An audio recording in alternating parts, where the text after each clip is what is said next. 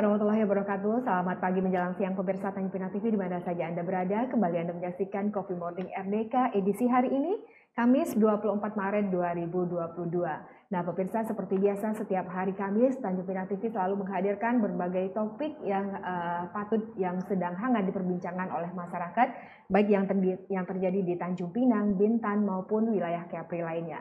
Nah pemirsa, adapun tema kita pada hari ini adalah Lego Jangkar Kepri sudah tidak ada harapan.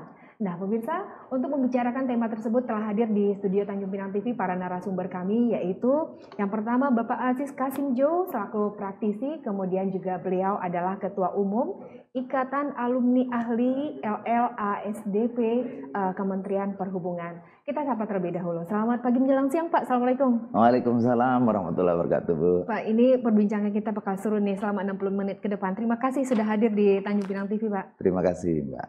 Nah pemirsa, Bapak Aziz tidak hanya sendiri, beliau juga ditemani oleh narasumber kami yang lainnya, yaitu Bapak Robi Patria selaku akademisi dan pengamat. Assalamualaikum Bang Robi. Waalaikumsalam warahmatullahi wabarakatuh. Terima kasih sudah hadir di Tanjung Pinang TV. Nah baik pemirsa, sebelum kita melanjutkan perbincangan kita terhadap Lego Jangkar Kepri ini, apakah memang sudah tidak ada harapan lagi? Kita akan saksikan tayangan yang berikut ini.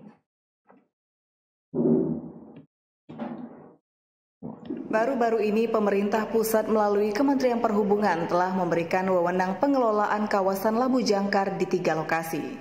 Melalui video conference pada hari Sabtu antara Gubernur Kepri dan Menteri Perhubungan Budi Karya Sumadi, diketahui bahwa nantinya pengelolaan kawasan Labu Jangkar berada di Selat Riau Kabil, Tanjung Berakit, dan Tanjung Pinggir Pulau Batam. Hal ini disampaikan Kepala Dinas Perhubungan Provinsi Kepulauan Riau Junaidi. Ia menjelaskan bahwa nantinya pola pemanfaatan ini akan dikelola BUMD Provinsi Kepri, yakni PT Pelabuhan Kepri. Namun untuk saat ini, langkah yang dilakukan pemerintah daerah yaitu menyiapkan dokumen untuk diajukan ke Menteri Perhubungan. Kemudian melalui Dirjen Perhubungan Laut akan melakukan rapat koordinasi dengan Pemprov Kepri untuk menindaklanjuti teknis dari kegiatan pemanfaatan kawasan Labu Jangkar tersebut. Pemerintah pusat melalui Kementerian Perhubungan melalui Pikon hari Sabtu bersama Pak Gubernur bahwa 2 titik yang ditetapkan oleh Pak Menteri yang lalu itu ditindaklanjuti dengan pola pemanfaatan, yaitu akan dikelola oleh Badan Usaha Pelabuhanan, yaitu BUP Kepulauan Riau. Itu di Selat Riau Kabil, Tanjung Berakit, dan Pak Menteri menambahkan 1 lokasi lagi yaitu di kawasan Batam, yaitu di Tanjung Pinggir. Meskipun proses konsesi pengelolaan dan pemanfaatan kawasan Labu Jangkar ini masih berjalan, tentu saja kabar tersebut membawa angin segar bagi pemerintah daerah, mengingat kontribusi pengelolaan kawasan Labu Jangkar sangat besar bagi pendapatan asli daerah. Alfonsius melaporkan dari Tanjung Pinang.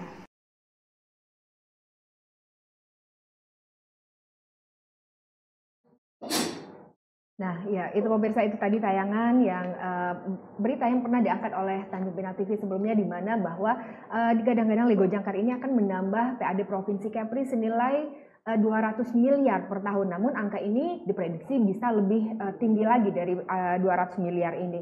Nah, Gubernur Kepri Ansar Ahmad pun merasa optimis sebelumnya mengelola jasa Labu Jangkar karena amanah undang-undang. Dan kemudian pemirsa, hal ini sepertinya hanya tinggal wacana sebab Kementerian Perhubungan menarik atau tidak memberikan izin pengelolaan Labu Jangkar kepada pemerintah Provinsi Kepri. Nah ini apakah seolah-olah pemerintah Provinsi Kepri diprank oleh Kementerian Perhubungan? Nah pemirsa, ikuti perbincangan kami selama lebih kurang 60 menit ke depan bersama para narasumber, dan tayangan ini juga bisa Anda saksikan melalui media sosial Facebook Tanjung Pinang TV, kemudian juga live streaming TV TPI www.tvtpi.id.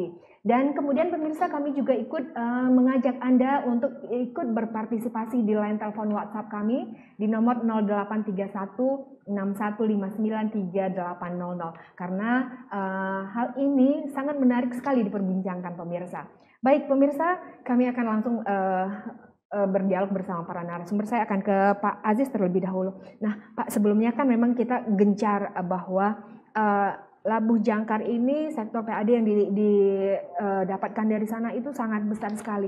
Nah, sekarang Pak, dikabarkan Kementerian Perhubungan menarik atau tidak memberikan izin kepada pemerintah Provinsi Kepri untuk mengelola Labuh Jangkar tersebut. Pak, ini sebenarnya apa sih Pak yang terjadi? Boleh Pak, silakan Pak. Baik, terima kasih. Jadi perlu kita semua mungkin refresh kembali, Baik, Mbak, Pak. ya, bahwa ada satu ciri khas kewilayahan di daerah Kepulauan Riau ini yang membuat kita ini berbeda dengan provinsi lain yang ada di Indonesia.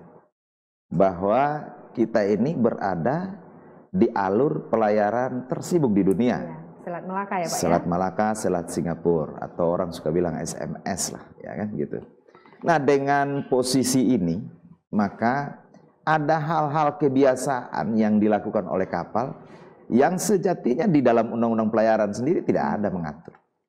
Tapi ada dan nyata di provinsi, di daerah perairan dari dahulu, gitu. Sehingga disitulah awal mulanya pemerintah Provinsi Kepulauan Riau bahwa dengan dalil adanya atribusi kewenangan, ini atribusi, kewenangan akan mengelola ruang di perairan oleh pemerintah daerah. Maka mulailah kita istilahnya mengkapling ruang-ruang perairan kita. Mbak boleh buka dari awal sampai dengan hari tahun 2020 itu. Ada nggak regulasi Kementerian Perhubungan ngatur Labuh Jangkar? Nah, ini dulu. Sehingga tiba-tiba bilang tidak mau kasih kewenangan. Kewenangan dari mana dulu kan gitu. Nah, ini awalnya. Jadi kita langsung menyusun dalam perda retribusi kita ada pendapatan di pelabuhan, ada yang di wilayah labuh kapal, dan tidak ada di dalam peraturan negara bukan pajak, nggak ada. Gitu. Dalam perjuangan kita akhirnya disetujui dalam perda kita. Mau diberlakukan, kita takut untuk berbenturan, ya. Berbenturan, akhirnya kita melakukan upaya-upaya persuasif non peradilan. Itulah mungkin banyak yang tahu belakang bahwa kita melalui jalur non litigasi. Non litigasi itu adalah amanah Undang-Undang 30 tahun 2014 tentang administrasi pemerintahan. Apabila terjadi istilahnya sengketa kewenangan, maka dilakukan melalui jalur itu. Di sana kita mengurai secara jelas, maka dalam keputusan itu salah satu poin kesepakatan, hasilnya kan kesepakatan, adalah kita secara hak adalah selaku pengelola ruang laut dari garis pantai sampai 12 mil. Pemerintah pusat di atas 12 mil. Nah, ini bicara tentang tempat dahulu. Ya.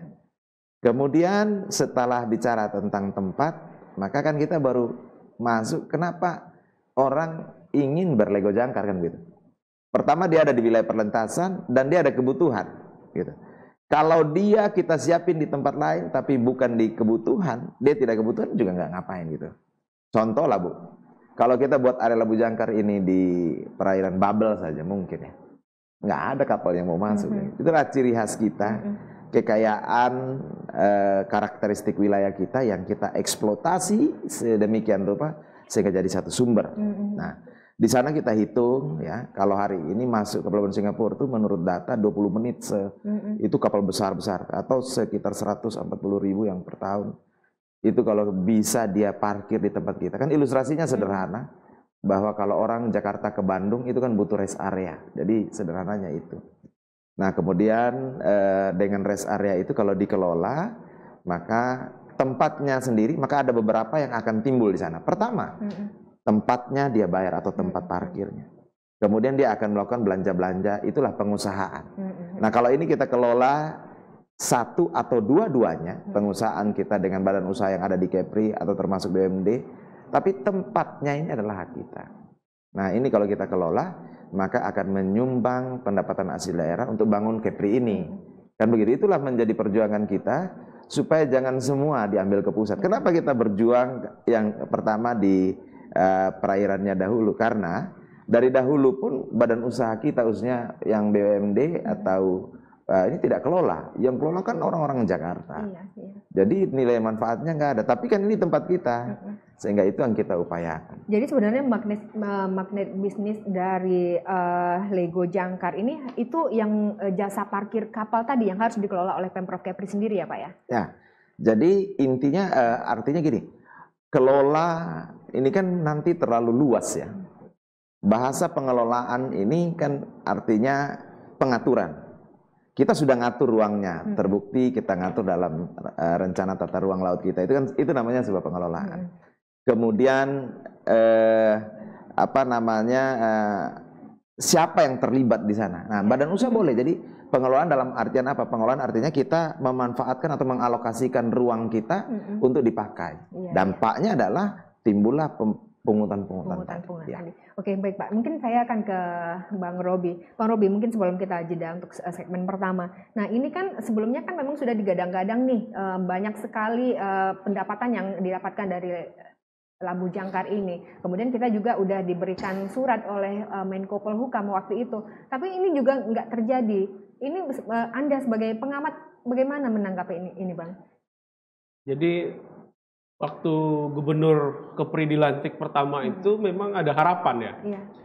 Karena kan memang Kepri dengan 96% laut itu tidak seperti Jawa yang mengandalkan pertanian, darat, kemudian pembagian APBD transfer daerah juga beda antara daerah kepulauan dengan model Jawa, Jakarta atau Bandung, Jawa Barat. Kepri itu harapannya apa? Memanfaatkan laut di sekitar kita. Gubernur pertama kali dilantik langsung menyatakan kita akan mendapatkan PAD 200 miliar dari tambahan Labu Jangkar retribusi itu. Tentu kita sebagai rakyat senang. Karena APBD kita akan nambah jadi 4 triliun lebih kalau dengan tambahan 200 miliar dari PAD. Nah, September langsung dilarang oleh Kementerian Perhubungan dengan berbagai alasan ya. Nah, itu menjadi pertanyaan kita. Mengapa Pemprov tidak melakukan proses jalur hukum misalnya tadi, menggugat di pengadilan, kan bisa, bahwa itu memang hak Kepri gitu, dengan keistimewaannya, karena bayangkan ya, 2050 penduduk bumi ini 10 miliar, kemudian 10 miliar itu akan memerlukan kebutuhan, makanan, sembako dan lain sebagainya. Selat terpadat di dunia itu ada Selat Malaka. 120.000 kapal besar membawa barang untuk lalu lintas di jalur dunia ini. Dan itu lewat transportasi laut. Bayangkan Singapura yang cuma 12 mil dan Malaysia yang cuma berapa? 200 mil kalau nggak salah. Itu mereka dapat 300 triliun setiap tahun dari laut itu. Indonesia, bayangkan dari Aceh sampai ke Kepri itu berapa ratus ribu mil. Itu kita dapat dikit, hanya berapa? 20 teus ya, ribu teus saja. Kontainer yang dikelola oleh Pelindo. Nah, makanya itu menarik. Kenapa pusat ingin membangun pelabuhan baru di Tanjung Pinggir? Karena ingin memanfaatkan jalur yang tersibuk itu. Nah, kalau pelabuhan Tanjung Pinggir itu jadi di Sekupang, yang terbesar ya, salah satu yang besar di Indonesia, kalau jadi, seperti kata Bang Kasim Jo tadi, kapal itu kan perlu transit ya, singgah sebentar. Nah, itu yang dimanfaatkan oleh Kepri untuk mengambil retribusi. Nah, kemudian ini lucu juga, kayak tarian poco-poco jadinya. Kelola tidak. Tarik ulang. Nah, kita dikagetkan lagi di bulan awal Maret. Statement Gubernur, kita tidak dapat mengelola pendapatan retribusi itu dengan alasan gantiannya apa? Kepri mendapatkan pembangunan sektor laut, misalnya pelabuhan ya, yang katanya senilai berapa 200 miliar atau berapa puluh miliar yang diberikan oleh Kementerian Perhubungan untuk Kepulauan Riau. Kedepannya, apakah kita dapat terus membangun pelabuhan-pelabuhan seperti ini? Saya kira tidak, karena kita masih memerlukan PAD retribusi untuk dikelola dalam APBD kita untuk pembangunan di bidang lain. Nah, salah satu pendapatannya dari sektor laut. Jangan kan kita kalau diberikan proyek-proyek pelabuhan terus, nanti pelabuhannya mangkrak. Tidak bisa digunakan. Tidak bisa digunakan macam di Dompak itu. Benar. Nah, ini kan perlu sesuai keperluan lah. Nah, mungkin Bang menarik sekali nih. Apakah ada mungkin oknum begitu yang menghalangi kenapa Kepri ini tidak jadi mengelola retribusi Labu Jangkar ini? Kita akan lanjutkan di segmen kedua nanti, Bang. Ini sudah mulai pemanasan ya. Pemanasan ya. Kami masih mengundang Anda untuk ikut berinteraksi bersama kami melalui telepon WhatsApp 083161593800, atau jika Anda tidak bisa melakukan telepon kepada kami, Anda juga bisa berkomentar di kolom Facebook Tanjung Pinang TV. Sesuai dengan tema kita pada hari ini, Lego Jangkar Kepri, apakah memang sudah tidak ada harapan? Nah, pemirsa, kami kembali sesaat lagi.